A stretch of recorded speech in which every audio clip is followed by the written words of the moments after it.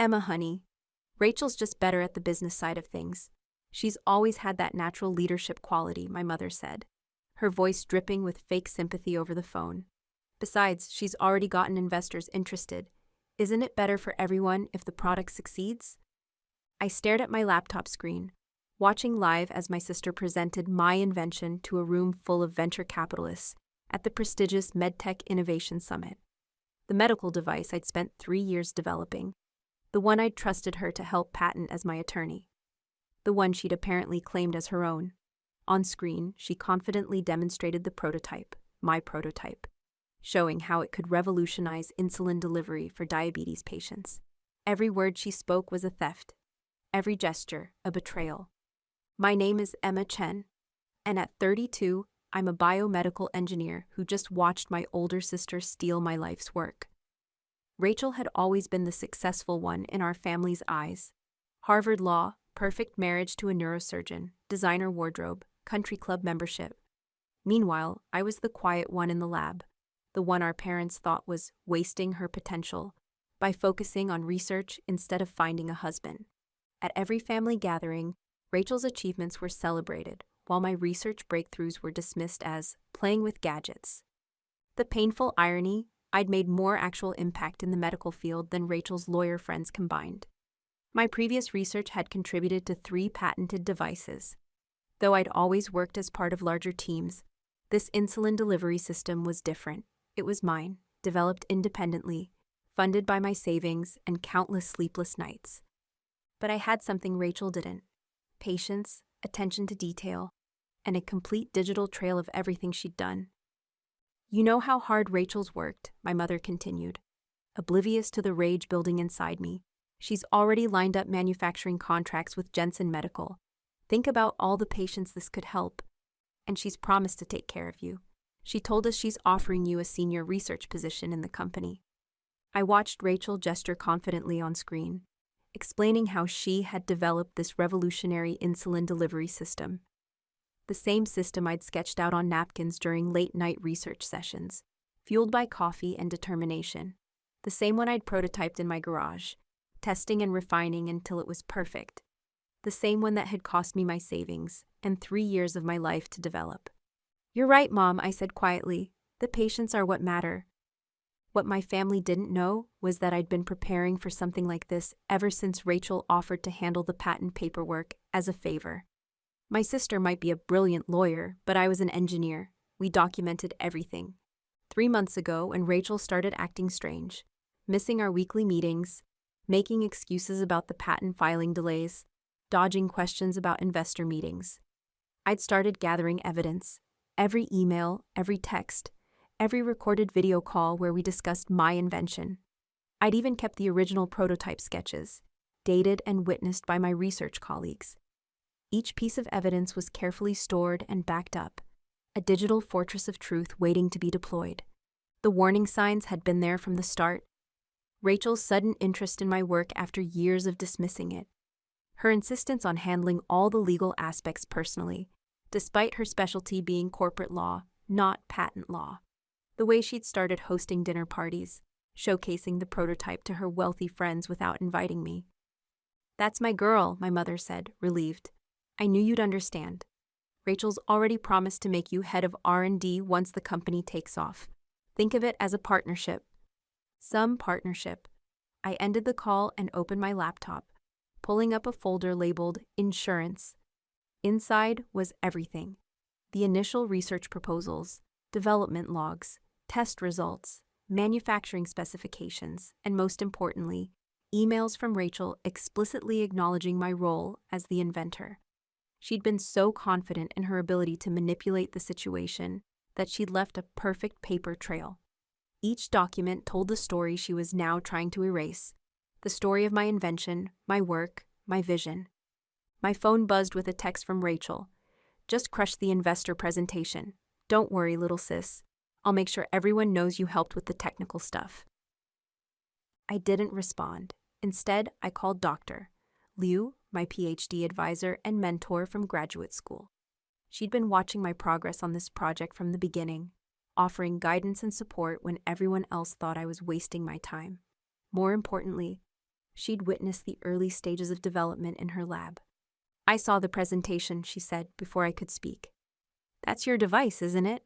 The one you developed in my lab? Yes, I replied. And I can prove it. Every step of the development process is documented. She's trying to steal it, Doctor. Liu? Good girl, she said firmly. I taught you well about documentation, because I've got the venture capital firm's number right here. Shall we make a call? The next morning, I walked into my lab at the university, trying to ignore the whispers. News of Rachel's breakthrough medical device was everywhere. TechCrunch, MedGadget, even the local business journal. My phone had been buzzing non-stop with congratulatory messages. To her, of course. Even my research colleagues were giving me strange looks, probably wondering why I wasn't celebrating my sister's success. Emma, Rachel's voice rang out across the parking lot. She was striding toward me in her perfect Prada suit, coffee in hand, looking every bit the successful entrepreneur. Her Louboutin heels clicked against the pavement, shoes bought with the investor money she'd secured using my work. Why aren't you answering my calls? We need to discuss your role in the company. I've got big plans for you. I turned to face her, keeping my expression neutral. My role? You mean as the inventor? She waved her hand dismissively, her diamond bracelet catching the morning light. Don't be difficult. You know I had to simplify things for the investors. They respond better to a clear leadership structure. Besides, the patent's already filed under my name. Is it? I asked quietly. You might want to check on that. Her confidence faltered for just a moment, a tiny crack in her perfect facade. What are you talking about? You should be getting a call from the venture capital firm soon, I said, turning to walk away. And Rachel? You might want to lawyer up. A good one this time. I heard her heels clicking rapidly as she chased after me. Emma, stop being childish. You know you need me. You're terrible at the business side. Remember your last attempt at running a company? That complete disaster. You lost Dad's investment in 3 months. I did remember. 3 years ago, I'd tried to launch a medical device startup focusing on pediatric monitoring systems. It had failed spectacularly, in part because I'd trusted the wrong people with the financial side. The CFO I'd hired had embezzled most of our funding before disappearing to South America. Rachel had been quick to point out my shortcomings then, offering to help with legal matters next time. She'd spent months reminding me how I needed her business acumen, her connections, her expertise. She'd used that failure to convince our parents, our relatives, everyone in our social circle, that I was brilliant but naive, technically gifted but commercially inept. It was the perfect setup for what she'd planned. Who would believe I could run a company after such a public failure? Well, lesson learned. By afternoon, everything started unraveling. The venture capital firm, Meridian Partners, called Rachel demanding answers about the patent filing, which, as it turned out, had never actually been submitted. My documentation showed clearly that she'd been sitting on the application for months, likely planning this theft from the beginning. Each email she'd sent about delays and routine paperwork now read like evidence of premeditation. Then Dr. Liu sent her letter to the firm, complete with lab records, research notes, and university documentation. Rachel had been so focused on the business side that she'd forgotten about academic paper trails. She'd forgotten that universities keep meticulous records of research conducted in their labs, including dated photographs of prototypes and signed witness statements from lab technicians. The real bombshell came when Dr. Liu revealed that 2 of the venture capital partners were alumni from our university's biomedical engineering program. They understood exactly what those lab records meant. My phone rang again. Rachel. What did you do? She hissed. The investors are pulling out. They're saying something about ownership concerns. Meridian just canceled our follow-up meeting. I didn't do anything, I replied calmly. I just showed them the truth. You know, all those emails where you acknowledged I was the inventor, the video calls where we discussed my design, the prototype documentation, the lab records, the material transfer agreements with your name as the legal representative, not the inventor. Silence. You recorded our calls. I record all my research discussions, Rachel. You know that. It's proper documentation protocol, something they taught us in engineering school. Always maintain clear records. You were there at my graduation when I won the department's award for Best Research Documentation Practices, remember? Oh wait, you missed it for a spa day. I could practically hear her mind racing, probably reviewing every conversation we'd had, every email she'd sent, every meeting where she'd casually dismissed my contributions while planning to steal my work.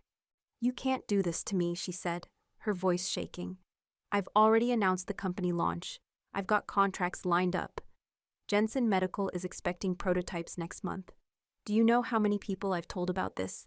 My friends, my colleagues, David's entire hospital board. No, Rachel, you can't do this to me. But don't worry, I'm still willing to work with the investors. They just need to know who really invented the device. Though I should warn you, they're particularly interested in the emails where you discussed how to cut me out of the patent application. The next few days were chaos. Rachel tried everything, tears, threats, guilt trips through our parents. She even showed up at my apartment one night, alternating between begging and threatening legal action. But she'd underestimated how thoroughly I'd documented everything. Our father, a retired engineering professor who should have known better, tried to play peacemaker. Emma, honey, maybe there's a compromise here. Rachel's put a lot of work into the business side. Like what, Dad? I interrupted, pulling out my laptop. These investor presentations where she claims sole inventorship? These emails where she plans to dilute my ownership to nothing? Or maybe you mean the backdated documents she tried to file claiming she'd conceived the initial idea. He fell silent as I showed him the evidence. The look of disappointment on his face should have been directed at Rachel, but somehow he still managed to make it about my inability to work with others. The venture capital firm was furious about being misled, but after reviewing my documentation and meeting with me, they were still interested in the device. They were less interested in Rachel's involvement. In fact, they seemed quite impressed by my attention to detail and professional handling of the situation. Your documentation likely saved you millions in potential legal battles, the managing partner told me. We've seen similar situations turn into years of litigation. You've got everything needed to shut this down cleanly. Word spread quickly through the biotech community. Rachel had made sure everyone knew about her revolutionary invention. Now they all knew the truth. The manufacturing contracts she'd lined up fell through once they learned about the attempted theft. Jensen Medical's legal team was particularly unhappy about being misled. You manipulative little bitch, Rachel spat when she found out I'd met with the investors. We were standing in our parents' living room, where she'd ambushed me during Sunday dinner. You've ruined everything, all my work, all my planning. I had everything lined up perfectly. No, you ruined everything, I replied, staying calm. You tried to steal my invention. Did you really think I wouldn't have proof? Did you think I was still that naive little sister who would just let you take credit for my work? Girls, please, our mother intervened, wringing her hands. Emma, surely we can work something out. Rachel's put so much work into this. Into what? I asked. Into stealing my design? Into lying to investors? Into trying to take credit for my years of research? Into planning how to cut me out of my own invention?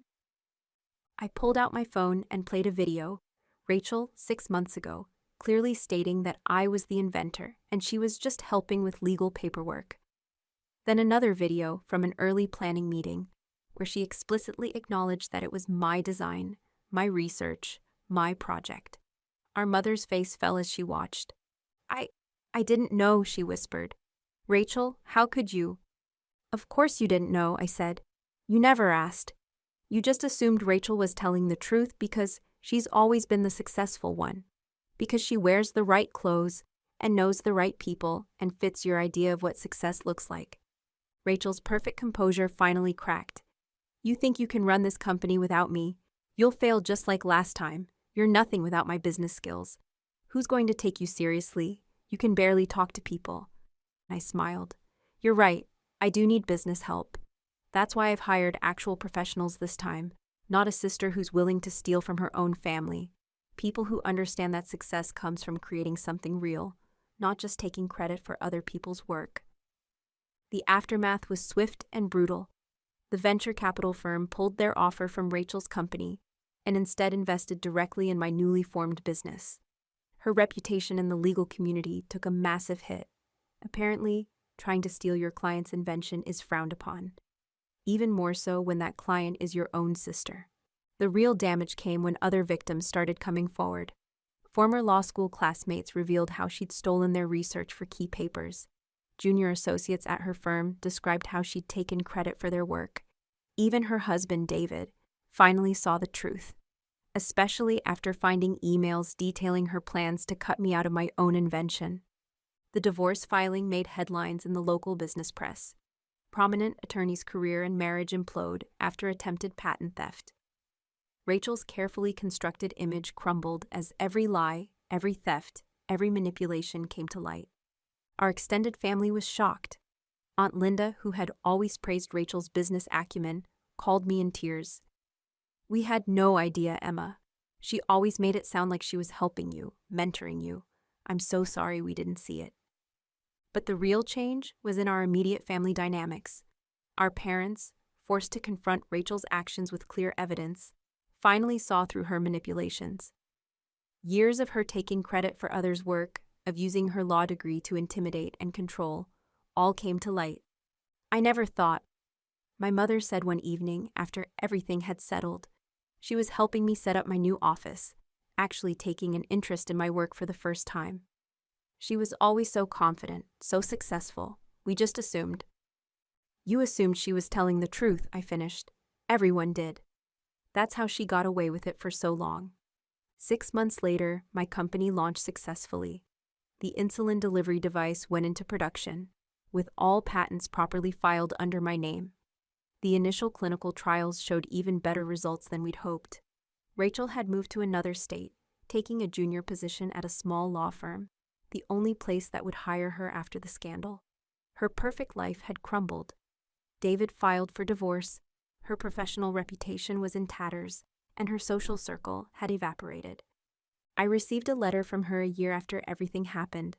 Inside was an apology, probably crafted by her therapist, admitting to her pattern of taking credit for others' work. She even confessed to stealing ideas from her law school study group years ago, using others' research to build her reputation for brilliance.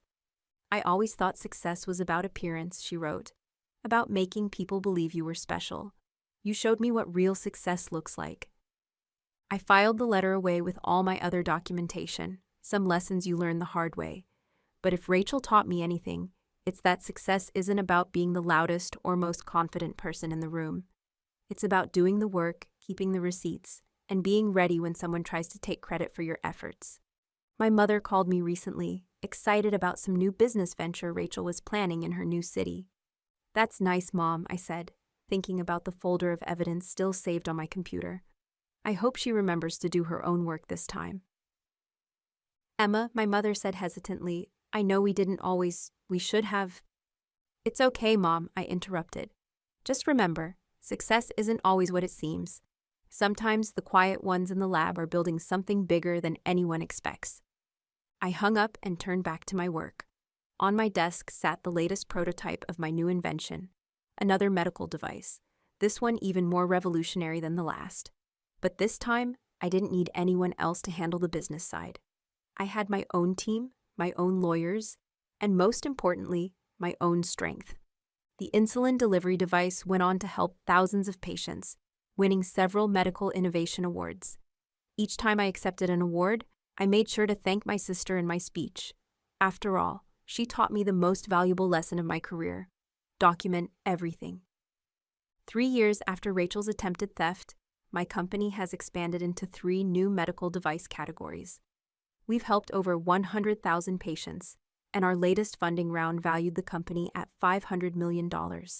Rachel's still working at that small law firm, her dreams of entrepreneurial success tainted by her own actions. Sometimes I think about how differently things could have turned out if she'd just been honest, if she'd used her skills to help rather than steal. We could have built something remarkable together. But then I remember the look on her face when she realized I had proof of everything. The shock, the anger, the realization that her little sister wasn't as naive as she'd thought. That moment taught me something important. Sometimes the people closest to you can be the ones who underestimate you the most. And sometimes, proving them wrong is the sweetest success of all.